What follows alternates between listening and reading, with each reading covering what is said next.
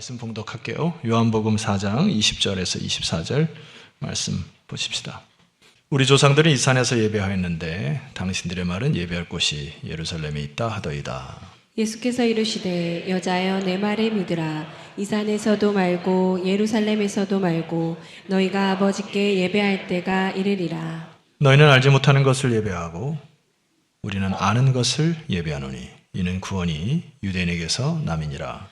아버지께 참되게 예배하는 자들은 영과 진리로 예배할 때가 오나니 곧 이때라. 아버지께서는 자기에게 이렇게 예배하는 자들을 찾으시느니라. 다 같이요. 하나님은 영이시니 예배하는 자가 영과 진리로 예배할지니라. 아멘. 우리 신앙의 선배 가운데 A.W. 토저라는 분이 계십니다. 그분의 말에 좀 주목해야 될 필요성이 있어요. 잠깐 화면을 보시고 선포해 보도록 하겠습니다. 읽을까요? 하나님께서는 사람을 부르셔서 먼저 예배자로 만드시고 그 후에는 일하는 자로 만드신다. 순서를 주목하셔야 합니다. 부르심이 먼저이고 그 다음에 예배자로 서는 것, 그 다음이고 마지막에 워커, 일하는 자로서 살아가야 되는데 일 안 하는 사람이 아무도 없어요. 다 일을 하는데 무엇을 위해서 일하느냐가 너무나 중요한 것이죠. 많은 일들을 할 때 나를 부르신 그 이에 하나님의 순종하며 사느냐 아니면 나의 뜻대로 사느냐, 이게 너무나 큰 차이인 것이죠. 여러분, 이 문제들은 지위고하를 막론하고 많은 인간에게 주어지는 숙제 중에 하나입니다. 예를 들어서 사도 요한이 3장에 보면 한 남자에게 주목을 하고 있는데 여러분이 잘 아시는 니고데모입니다. 3장 1절에 보면 이렇게 기록되어 있어요. 그런데 바리새인 중에 니고데모라는 사람이 있었는데 유대인에 뭐였습니까? 지도자였습니다. 여기 지도자는 단순한 지도자가 아니라 상위 1%, 사내들인 공회의 공회의원이에요. 오늘날로 하면은 국회의 입법 혹은 사법 행정을 다 관할할 수 있는 굉장한 권력기관이었습니다. 그러니까 남들이 다 추앙하는 직업이었단 말이에요. 그런데 문제가 뭐냐면은 2절 말씀 보니까 그가 밤에 예수께 와서 이르되, 언제 왔다 했습니까? 밤에. 왜 밤에 찾아왔을까요? 남들의 시야와 의식을 피하여 그 안에 갈급함이 있었다는 얘기입니다. 그러니까 다른 사람 보면 다 높이 자기를 추앙을 했는데 자기 마음에는 갈증을 해결할 수가 없는 거예요. 사는 게 아닌 겁니다. 남들은 다 존경하는데 내 안에 이 영혼의 갈증을 어떻게 할 수가 없어요. 그래서 밤에 예수를 찾아오게 됩니다. 그래서 예수님이 그 니고데모에게 유명한 말씀을 하시죠. 3절 보시니까 진실로 진실로 내게 이르노니 사람이 거듭나지 아니하면 하나님의 나라를 볼 수 없느니라. 뭘 말씀하는 거죠? 너의 부르심을, 너의 근본을 다시 한번 질문을 해라라는 겁니다. 거듭난다는 게 뭐예요? 우리가 뱃속에서 어머니에게 낳은 거 외에 한 번 더 하나님의 영으로 너가 낳느냐, 이게 근본적인 부르심인데 니고데모에게 그것을 질문하신 것이죠. 두 번째, 참 요한이 이 글을 쓸 때 이 배열을 참 잘했다고 보는 것은, 이제 오늘 우리가 살펴보는 요한복음 4장에 보면은 사마리아 여인이 등장을 해요. 자, 우리 4장 3절을 보시게 되면은 유대를 떠나서 다시 갈릴리로 가셔서 예수님이 다 대단한 그 의지를 보이십니다. 4절 보시니까 한번 읽어볼까요? 4절입니다. 시작. 사마리아를 통과하여야 하겠는지라. 이게 주님의 의지가 나온 것이, 내가 반드시 그 사마리아 땅을 갈 것이다. 거기에 한 여인을 주목하신 것입니다. 사마리아 땅은 북이스라엘과 아수르군이 서로 전쟁을 일으킬 때 아수르한테 졌어요. 그러다 보니까 아수르에게 침략을 당하고 나서 그 땅이, 아수르가 혼혈 정책을 핀 겁니다. 그러니까 신앙도 뺏기고 몸도 뺏겼어요. 그래서 혼혈 민족이 살게 됐습니다. 그러니까 다른 곳에 있는 유대인들이 저 사마리아인들은 신앙도 팔고 몸도 팔았다. 그래서 혼혈된 그 사람들을 상종하지도 않았습니다. 그러니까 오랜 세월 동안 서로 간에 원수로 지내는 것이 유대인과 사마리아인인데 예수님께서 뭐라고 하신 거예요? 그 사마리아로 통과하겠다고 결단을 하십니다. 이유가 있겠죠. 그곳에서 한 여인을 주목하시는데, 이 여인은 앞에 있는 니고데모는 밤에 찾아왔는데 이 여인은 정오에 물을 기르러 나온 것입니다. 왜 정오에 물을 기르러 왔을까요? 이때 당시에 물을 깃는 시간은 새벽녘입니다. 태양이 너무 내리쬐기 때문에 서늘한 그늘 속에서 물을 뜨고 하루를 시작하는데 이 여인은 남들의 눈을 피하고 시선을 피하여서 해가 쨍쨍 내리는 정오에 아무도 없는 곳에 나와 사람이 싫어진 것 같아요. 그럴 때 있죠. 사람을 만나기도 싫고 대화하기도 싫고 세상이 벽을 쳤는지 자기가 벽을 쳤는지 모르겠지만 혼자 고독하게 물기를 기르러 나왔습니다. 이 여인과 주님께 다뤄보면 그 안에 상처, 우울감 혹은 그 사회 부적응자 같은 냄새가 아주 짙하게 나요. 한번 살펴볼게요. 7절 이하의 말씀 보시게 되면 사마리아 여자 한 사람이 물을 기르러 왔음에 예수께서 물을 좀 달라 했습니다. 여러분 너무나 단순하죠? 물을 달라 하면은 물을 드리든지 아니 못 주겠다라든지 당신이 떠먹으라든지 그냥 단순하게 대답하면 돼요. 근데 이 안에 꼬여 있는 거 보세요. 9절 말씀 내려가시면은 사마리아 여자가 말을 했습니다. 당신은 유대인인데 어찌하여 아주 따박따박 묻습니다. 사마리아 여자인 나에게 물을 달라 합니까? 이는 유대인이 사마리아인과 상종하지 아니함입니다. 뭐가 보입니까? 그 안에 까칠함이 있어요. 나 신경 거슬리는데 왜 당신 나에게 말을 걸어? 나 지금 이거 물 들어 빨리 가야 되고. 이게 지금 본성 자체가 뭔가 부대끼는 게 느껴지죠? 조금 더 살펴보면은 더 느껴지는 걸 알 수 있어요. 예수님은 당황하지 않고 그 여인에게 접근을 더 하십니다. 왜요? 사마리아로 통과하여 반드시 그 여인에게 뭔가를 주고자 하신 거잖아요. 10절 예수께서 대답하여 말씀하셨습니다.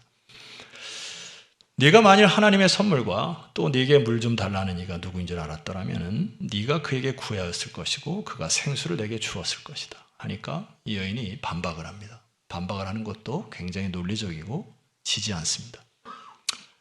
주여 물기를 그릇도 없고 이 우물은 깊은데 어디서 당신이 그 생수를 얻겠사옵나이까. 굉장히 똑똑하죠.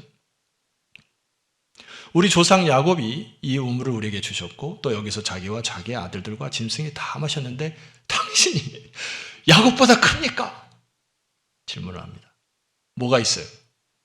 이 여인 안에 짜증이 꽉 차 있어요. 분노, 화, 뭔가 나 건드려, 나만 건드려 그냥 확 그냥 짜증이 꽉 차 있습니다.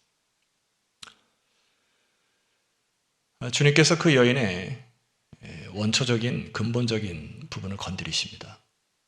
살리기 위하여. 그 부분이 13절이에요. 예수께서 대답하여 이르시되 네가 먹는 물을 마시는 것 그마다 다 목마를 텐데 14절 함께 읽어볼까요? 읽고 아멘으로 하다 봅시다. 시작.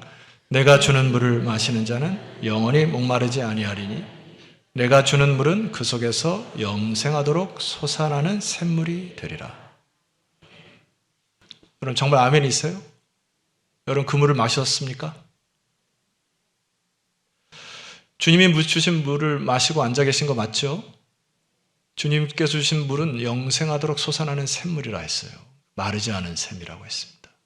만족하며 사시는 거 맞죠? 기뻐하며 사는 거 맞죠? 나 모든 사람 아멘 할 때까지 계속 질문해 볼까 지금 생각 중이에요. 이게 아주 기본적인 원초적인 질문 아닙니까? 너 내가 주는 물을 먹으면 영생하도록 솟아나는 샘물이 될 텐데. 그러니까 여자가 얘기합니다. 주여 그런 물을 내게 주사 목마르지도 아니하고 또 여기 물 기르러 오지도 않게 하옵소서. 입장이 바뀐 게 보입니까? 대화를 통해서 여인의 바뀐 부분이 보이냐 말이에요. 신앙이라고 하는 거는 처음 예수를 믿으면은 본전 생각이 많이 나요.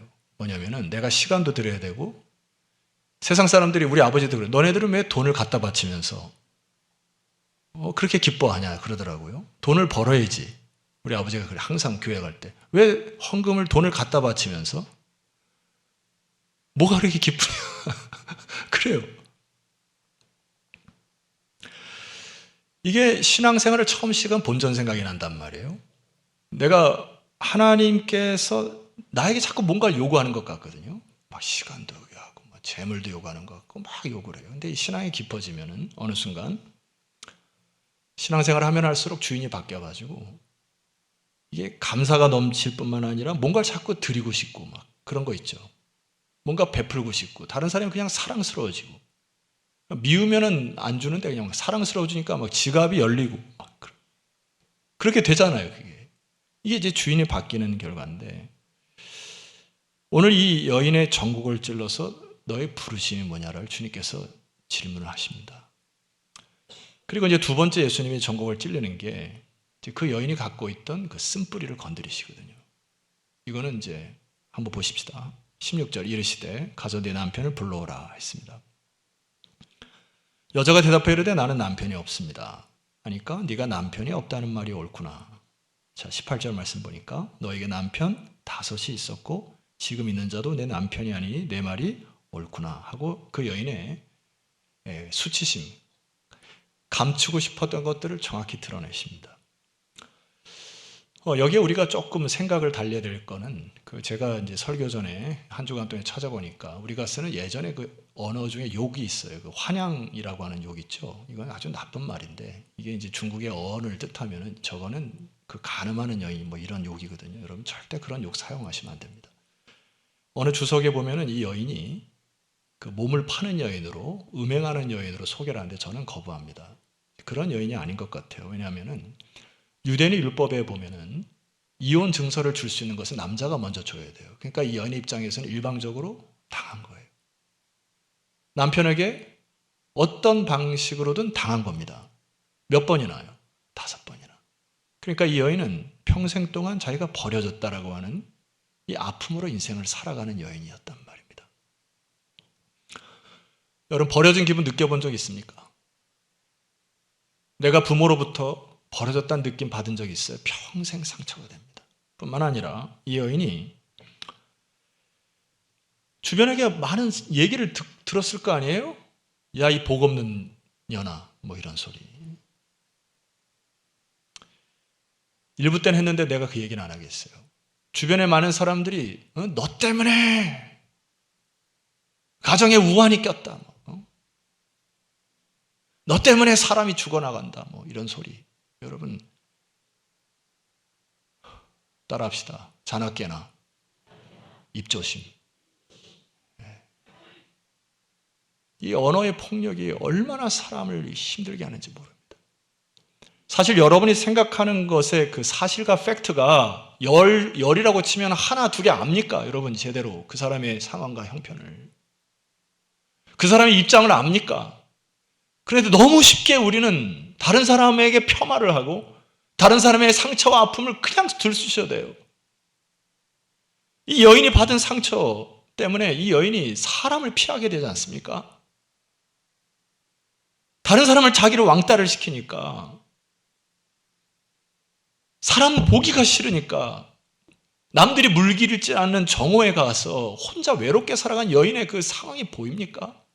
요즘 아이들 말로 노답이에요. 이건 답이 없어요. 이 여인이 어떻게 인생을 살아가요?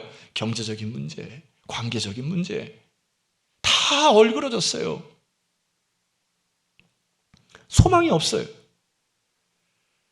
이 여인이 태어날 때부터 이렇게 주어진 인생은 아니죠. 살다 보니 여러 가지 삶의 정황 가운데 자신도 알게 모르게 주변의 상황과 환경에 지배를 당하게 되고 그런 방식에 익숙해져서 어느 순간 자기의 본성이 일그러지고 깨어졌다는 얘기입니다. 그래서 사회의 부적응자가 되었던 것 같습니다. 제가 이 말씀을 연구하다 하나 여러분과 좀 나눠야 될 것이 이 여인의 그 태어난 이후에 제2의 본성이라고 하는 이 단어가 아비투스라고 하는 단어인데 이 아비투스라는 단어를 조금 설명을 드리겠습니다. 라틴어인데요. 아비투스라고 헤비투스라고 하는 이 말은 가지다, 보유하다, 간직하다라는 뜻의 라틴어 동사 하베레라고 하는 것에 파생한 말입니다. 부르디에라고 하는 학자가 이렇게 얘기를 해요. 우리가 어떤 가치관, 선호, 취향, 행동 방식, 습관으로 세상을 맞이하니는 바로 이 아비투스에 달렸다고 합니다. 태어나고 자라는 동안 경험한 모든 것이 그 사람의 지금의 태도를 빚어낸다는 뜻입니다. 지금 내가 어떤 상황과 환경에 의하여 짓눌려서 어쩔 수 없이 나오는 행동, 여기 사마리아 여인이 사회적으로 따돌림 당하고 남편으로부터 버림을 받아서 어쩔 수 없이 정오에 갈 수밖에 없는 이 행동, 내가 사람들을 따돌리는 게 아니라 사람들이 나를 왕따시킴으로 사람이 싫어지는 그 행동 때문에 이 본성 자체가 지금 까칠하고 분노화가 꽉 차 있는 게 보이십니까? 이것을 아비투스라고 얘기하는 거예요. 조금 더 설명해 드려 볼까요? 아비투스는 특정한 환경에 의해 형성된 성향이나 사고, 인지, 판단과 행동 체계를 의미하는 것으로서 계급 구성원들의 문화적 상징이나 행동 특성을 나타내는 개념입니다. 아비투스는 개인이 차지하는 사회적 지위, 여기서 주목하셔야 돼요. 개인이 차지하는 사회적 지위 안에서 개인이 속한 사회 구조에 의해서 산출되고 내면화하여 내가 원하지 않은 제2의 본성이 생겼다. 이걸 아비투스라고 얘기합니다. 카르타고에 죽어요. 키프리아누스는 이제 오늘날 하면 주교가 목회자인데 평생 동안 이 부분과 함께 목회를 씨름한 거예요. 이런 겁니다. 내가 자신의 아비투스에서 바알의 우상을 섬기는 우상에서 세상에 젖어 사는 문화에서 벗어나 그리스도인의 아비투스를 지니고 살아가는 것이 가능할까? 결과적으로 목회는 이건 것 같지 않습니까? 성도들이 삶을 살면서 수많은 문화와 영향에 받아서 악한 영향에 받아서 거기에 취해 사는데 그것이 아니라고 선포하고 그리스도인의 삶의 아비투스, 하나님의 제2의 우리에게 하나님의 형상의 본성을 만들어가는 것이 목회인 것 같아요. 우리가 예배드리는 거, 오늘 성찬식 하는 것도 이 씨름을 하셔야 됩니다. 이 씨름이 없기 때문에 우리의 인격이 성장이 안 되는 거예요. 내가 예배 드려주는 거고 말씀 읽어드리는 거고 그런 차원이 아니고 하나님 말씀이 나의 본성에 뭐라고 말씀하신지를 받으셔야 되는 겁니다. 하나님이 나에게 뭐라고 말씀하시는지. 때로는 그것이 나의 상처일 수가 있어요. 때로는 그것이 나의 교만일 수가 있습니다. 하나님이 교만을 꺾으라 하면 그것을 씨름할 세우는 교만이 꺾어질 때 하나님이 원하시는 본성이 회복된다는 얘기입니다. 사마리아 여인이 질문을 해요. 주여, 그런 물을 주셔서 내가 목마르지 않고 다시 물을 기르러 오지 않게 하옵소서. 내 존재가 목마릅니다. 내가 어디서 위로받을 데가 없어요. 이게 존재에 대한 질문에 응답하는 여인의 부르짖음입니다. 주님 뭐라고 말씀하셨어요? 내가 주는 물은 영생하도록 솟아나는 샘물이 되리라. 여러분 이 말씀에 아멘으로 화답하시기를 소망합니다. 그것이 시작이에요. 신앙의 시작입니다. 그런데 여인의 두 번째 부분을 주님이 건드리십니다. 여인이 이렇게 얘기를 해요. 20절 말씀 보니까 여러분이 한번 읽어볼까요? 자, 시작. 그는 이 산에서 예배하였는데 당신들의 말은 예배할 곳이 예루살렘에 있다 하더이다. 저는 이 말씀을 읽을 때 단순히 이것이 논리적인 질문이 아니고 짜증 섞인 얘기라는 생각이 듭니다. 뭐 이런 거예요. 당신이 볼 때 내가 선지자처럼 보이는데 우리가 지금 이제 사마리아 유대인이 갈라졌기 때문에 사마리아 오경에 그들이 이제 모세 오경과 달리 사마리아 오경이 있습니다. 그 사마리아 오경 안에 우리들은 그리심산에서 예배를 드려야 된다 이런 내용이 있기 때문에 사마리아 사람들은 예루살렘을 가지 않고 자기네 그리심산에서 예배를 드렸단 말이에요. 근데 뭐 이렇게 질문하는 거예요. 선지자요, 그리심산에서 내가 계속 예배를 드렸어요. 근데 내 마음에 갈증이 채워지지가 않아요. 그러면 유대인들, 당신들이 섬기는 하나님이 예루살렘에 성전이 있으므로 내가 거기 가서 예배드리면 내가 영혼의 갈급함을 채울 수 있겠습니까? 그러니까 여기서 예배드릴까요? 저기서 예배드릴까요? 도대체 어디서 예배를 드려야 내 영혼의 갈급함이 채워집니까? 라고 하는 질문이에요. 주님이 그에게 대답하시는 것이죠. 21절 말씀 보니까 여자여 내 말을 믿으라. 이 산에서도 말고 예루살렘에서도 말고, 영어 성경에 보면 in this mountain, in 예루살렘이라는 전치사를 두 가지를 썼어요. 그러니까 예수님이 이 산에서도 말고 저 산에서도 예배드리는 것, 지금 그 시대는 끝났다라는 얘기고, 22절 너희는 알지 못하는 것을 예배하고 우리는 아는 것을 예배한다. 이것 좀 이따 말씀드릴게요. 이는 구원이 유대인에게서 남이니라 했고, 자 23절 함께 선포하겠습니다. 시작.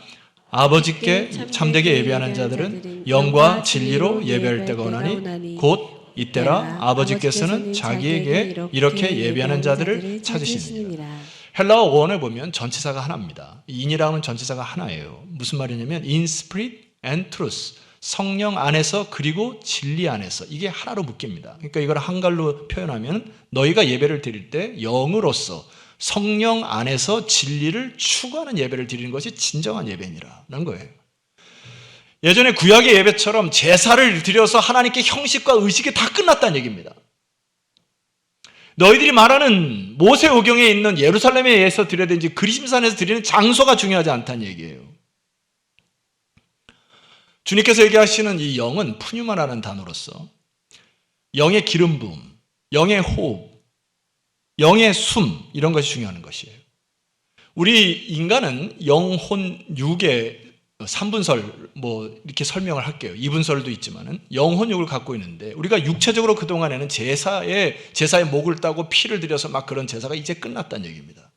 하나님 이제 그런 제사는 안 받으시겠다는 얘기예요.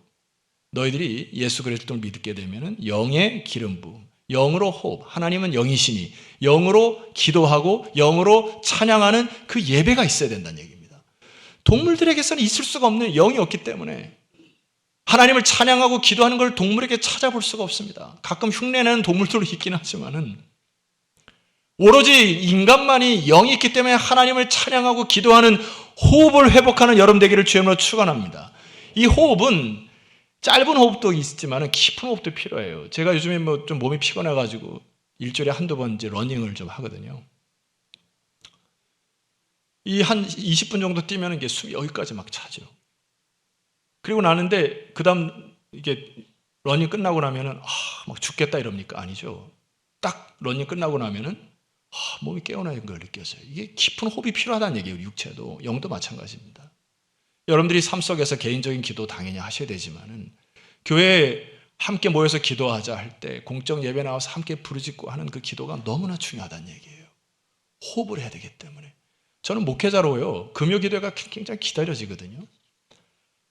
금요 기도에 나와서 함께 호흡하고 기도할 때 그 영의 충만함을 좀 느끼거든요. 여러분, 목회자가 거짓말 하겠어요? 공적에 나와서 함께 부르짖어 기도하는 그 호흡을 회복하는 여러분 되기를 주님으로 축원합니다. 두 번째 주님이 사용하신 단어가 이 알레데이아라고 하는 단어인데, 알레데이아라는 단어는 이제 첫 번째 의미는 꾸밈이 없고 거짓이 없다 이런 뜻이고, 두 번째 의미는 진리, 계시 이런 뜻입니다. 그러니까 너희가 하나님께 드릴 때 진리로 계시로 아는 것으로 드려야 된다고 하는 건데, 주님께서 설명하셨어요. 4장 22절을 보니까 제가 읽어볼게요. 너희는 알지 못하는 것을 예배한다. 대상을 모르고 기도한다. 그러나 우리는 아는 것을 예배한다. 이 단어, 우리는 하나님께 진리로 예배 드린다는 게 뭐냐면 우리는 아는 것을 예배한다. 뭘 알고 있습니까, 여러분들이? 예수님께서 요한복음 1장 14절에 크게 한번 선포해 보시죠. 자, 시작. 말씀이 육신이 되어 우리 가운데 거하심에 우리가 그의 영광을 보니 아버지의 독생자의 영광이요 은혜와 진리가 충만하니라. 이거 압니까? 말씀이 육신이 되어 그리스도가 이 땅에 육화, 인카네이션 되어 우리 가운데 거하셔서 하나님의 영광을 비춰주셨다는 것 십자가 영광입니다. 그래서 그분을 갖다가 우리는 은혜와 진리라 이렇게 얘기를 하는 거예요. 그러니까 우리가 무엇을 아는 겁니까, 여러분? 예수 그리스도만이 여러분의 갈증을 채울 수 있는 분이라는 걸 아시잖아요. 그리스도만이 여러분의 영혼을 책임져 줄 수 있는 분이라는 거 여러분 믿지 않습니까? 내가 지은 상처나 내가 지은 수치심이나 내가 못 이기는 이 아픈 가슴들이 있잖아요. 때로는 사는 게 사는 것처럼 아닐 때, 그때 여러분의 죄를 사하여 줄 수 있는 진정한 주인이 예수님인 거 아시잖아요. 그러니까 우리는 하나님 앞에 예배로 나올 때 말입니다, 무장해제를 하고 나오는 거예요. 하나님, 내가 상황이 이렇습니다. 오늘 사마리아 여인과 같아요. 예기치 않은 질병이나 예기치 않은 상황 속에서 어떻게 할 수 없는, 숨을 쉴 수 없는데 주님이 왜 그 사마리아를 통과하겠다고 다짐하십니까? 세상도 포기하고 자신도 포기한 그 여인을 주님이 찾아가셨다는 얘기예요. 그래서 그에게 예배자로 서도록 주님께서 말씀하시겠다는 겁니다.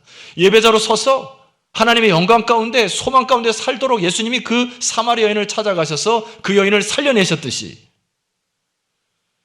여러분도 주님께서 찾아오셔서 살려내심을 믿으시기를 소망합니다. 한 사람도 예 없어요. 사마리아 여인까지도 주님이 살리셨다는 얘기입니다. 이 여인은 주님을 만난 이후에 그녀의 아비투스가 변한 것을 보입니다. 저는요, 이런 말을 제일 싫어해요. 신앙생활 오래 했는데 인격이 안 변하더라. 거짓말입니다. 그거는 자기의 본성과 씨름하지 않아서 그래요. 하나님께서 말씀하신 계속해서 양심을 찌르는 것을 거부해서 그럽니다. 정확한 것은 이거예요. 신앙생활 오래 하면 할수록 참 겸손해지더라. 참 저 사람 사랑스러워지더라. 이게 정상 아닙니까? 속지 마세요. 이 여인도 변합니다. 보세요. 4장 28절 말씀 보니까 여자가 물동이를 버려두고 동네로 들어가서 사람들에게 말하기 시작했어요. 뭐가 변했습니까? 이 여인은 혼자 외롭게 살았고 남들의 시선을 피해서 정오에 물 길리러 나와서 사람이 싫어진 여인이었는데 지금 사람을 만나러 가고 있어요. 다른 사람과 말 섞기도 싫어했던 사람이 지금 사람들에게 들어가서 동네 사람들하고 커밍아웃, 자기 굴 속에서 나와가지고 지금 사람들을 만나러 막 다니고 있습니다. 그의 본성이 바뀐 거예요. 29절, 내가 행한 모든 일을 내게 말한 사람을 와서 보라. 이는 그리스도가 아니냐 하니. 30절, 그들이 동네에서 나와 예수께로 오더라. 39절로 내려가면 여자의 말이 내가 행한 모든 것을 그가 내게 말하였다 증언하므로 그 동네 중에 많은 사마리아인이 예수를 뭐 했더라? 믿기 시작했더라. 본성이 바뀌기 전에는 쓰잘데없는 인생이었어요. 자신도 포기하고 세상도 포기한 여인이었습니다. 주님을 만난 이후에 그의 본성이 바뀌기 시작하니까 이제는 축복과 은혜의 통로가 되는 인생으로 변했습니다. 여러분, 우리가 예배를 왜 드립니까? 내 악한 본성이 하나님의 형상으로 바뀌는 축복이 있기를 소망합니다. 도전하는 것은 다른 사람 비해서 내가 당하는 고통이 클 수 있어요. 허물이 많을 수 있고 수치심이 클 수 있고 상황이 안 좋을 가능성이 많이 있습니다. 대다수 성도들과 얘기해 보면은 남들에 비해서 내가 더 고생스럽게 살았다고 다 그렇게 얘기해요. 근데 주님의 손에 붙들리면은 주님이 그 고통과 연약함과 수치심을 바꾸어 여러분의 고백이 되고 간증이 되는 인생이 됩니다. 그것에 대해서 기도하셔야죠. 내가 당한 아비투스, 악한 본성, 죄의 본성에 짓눌려 사는 인생이 아니고 예배를 통하여 하나님께서 바꾸고자 하는 그 본성으로 거듭나 복음을 전하고 다른 사람의 화평을 전하는 그런 인생. 어떤 글에 보니까 이런 글이 있어요. 인간의 본능은 그 어떤 것에든 경배하도록 되어 있다. 이게 무슨 말이에요? 모든 인간들은 우리 안에 DNA가 있는데 무언가 대상을 경배하도록 되어 있다는 얘기예요. 그래서 여러분 해외 좀 나가보시면 일본은 신사를 섬기죠. 태국을 내가 가봐서 깜짝 놀랐던 것은 태국 저기 한참 차를 타고 들어가도 그 마을 입구에 우상을 세워놨어요. 한참 또 어디 가도 또 우상이에요. 그러니까 뭔가 경배할 대상이 필요한 거 인간에게는. 인도에 가면은 뭘 섬깁니까? 세상에 소를 섬긴단 말이에요. 소는 먹어야 맛있는 거거든요. 세상에 어떻게 소를 섬기냐고. 어느 지역 가니까 돌을 섬기고 나무를 섬기고 이게 지금 거꾸로 돌아가는 세상 아닙니까? 여러분, 경배할 대상은 누구예요? 하나님이십니다. 그 한 분밖에 없어요.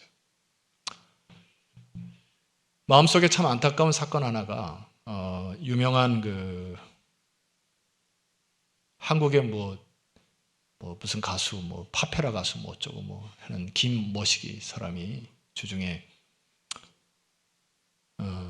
음주운전하고 사고를 쳤잖아요. 많은 사람이 그 사람을 좋아했던 것은 어렵고 힘든 시절을 겪고 나가지고 많은 청소년들과 청년들에게 희망의 메시지가 되어서 어른들이 많이 좋아했다고 제가 보여집니다. 죄를 짓고 나면은 자숙하면 돼요. 그냥 다 포기하고 미안합니다. 국민들 앞에 회개하면 됩니다. 그런데 그 마음속에 어느 순간 돈과 명예가 섬김의 대상이 된 것 같아요.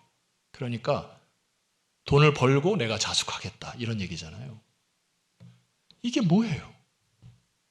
우리 자녀들에게 뭐라고 얘기해요? 나도 모르게 우리의 본성은 악한 문화에 젖습니다. 세상에 살다 보면 세상의 타락한 문화에 젖어요. 여러분 한 주간에도 예배 안 드려 보십시오. 여러분 젖어서 악한 본성이 끊임없이 여러분들을 괴롭힐 겁니다. 오늘 예배와 성찬 가운데 여러분의 본성들이 성령의 본능으로 바뀌는 축복이 있기를 소망합니다. 말씀 선포하고 성찬식에 나가겠습니다. 23절 24절 시작. 아버지께 참되게 예배하는 자들은 영과 진리로 예배할 때가 오나니 곧 이때라. 아버지께서는 자기에게 이렇게 예배하는 자들을 찾으시느니라. 24절 하나님은 영이시니 예배하는 자가 영과 진리로 예배할지니라. 아멘. 그럼 기도합시다. 거룩한 성령과 호흡하도록 여러분 무장해제를 하십시다. 여러분 안에 상처가 있을 수 있고 때로는 숨을 쉬지 못하는 환경에 짓눌릴 때가 있고 사람이 만나기 싫을 때가 있고 대화하기 싫을 때가 있고 이 어두움과 상처를 이 시간에 성찬 예식을 앞두고 꽉 부여잡지 마시고 주님 치료하여 주십시오. 내가 호흡하게 하여 주옵소서. 진리가 너희를 자유케 한다고 말씀하셨으므로 내 영혼이 자유롭게 주를 찬양하고 호흡하는 깊은 숨을 회복하는 이 시간 되게 해달라고 우리 조금 손을 내어서 우리 성찬 예식을 기도로 준비하도록 하겠습니다. 기도하겠습니다.